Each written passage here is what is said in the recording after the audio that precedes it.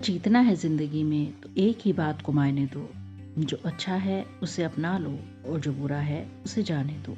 आज सुनते हैं ऐसे दो भाइयों की कहानी जिनमें आपस में बहुत प्रेम था और हर काम में वो एक दूसरे का बहुत साथ देते थे।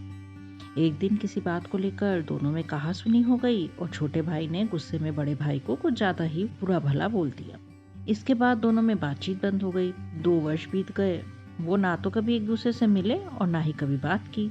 छोटे भाई की बेटी का विवाह का समय आया तो उसने सोचा कि बड़े भाई को मना लेना चाहिए। तो वो गया, खूब हाथ पैर जोड़े, माफी मांगी।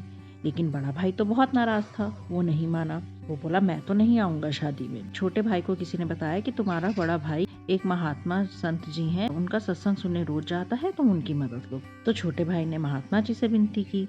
दूसरे दिन जब बड़ा भाई सत्संग सुनने गया तो महात्मा जी ने उससे पूछा कि सुना है कि तुम्हारे भाई की बेटी का विवाह है, तो उस विवाह में तुम क्या योगदान दे रहे हो, तुम उसकी क्या मदद कर रहे हो। तो उसने बोला, मदद कैसी, मैं तो उसके विवाह में भी नहीं जाने वाला। महात्मा जी ने उससे पूछा कि ऐसा क्यों। उसने बोला कि 2 वर्ष पहले उसने मुझे बहुत बुरा भला बोला था, अब मैं वहाँ नहीं जाना चाहता, इसीलिए मैं अब उसके यहाँ नहीं जाऊंगा। तो महात्मा जी बोले कि अच्छा, तो मेरा सत्संग सुनने रोज आते हो। तो वो बोला, हाँ मैं तो रोज आता हूँ। तो उन्होंने कहा कि अच्छा, तुम ये बताओ कि पिछले सोमवार को मैंने क्या प्रवचन दिया था।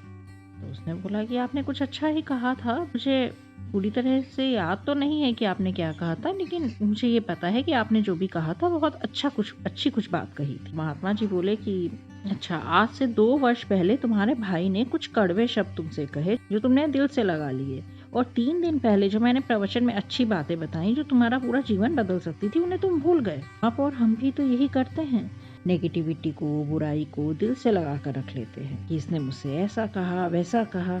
और जो पॉजिटिविटी है, अच्छी बातें हैं, अच्छी यादें हैं जो हमें खुशी देती हैं, उन्हें हम भूल जाते हैं। तो आज हम प्रण करते हैं कि हम अच्छी यादों को बार बार दोहराने का प्रयास करेंगे, अच्छी चीज़ों को बार बार याद करेंगे और बुरी चीज़ों को भूलेंगे। ऐसी ही अच्छी अच्छी कहानियाँ लेकर हम आगे भी आपसे मिलते हैं। उसके लिए आप हमारा चैनल सब्सक्राइब कर लीजिए।